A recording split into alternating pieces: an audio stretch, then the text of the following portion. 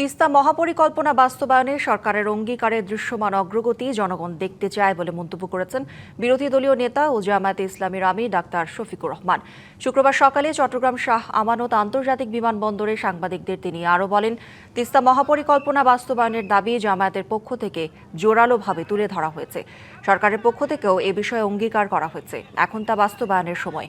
বাঁশখালী উপজেলায় বন্যা দুর্গত মানুষের মাঝে ত্রাণ সহায়তা দেন বিরোধী দলীয় নেতা।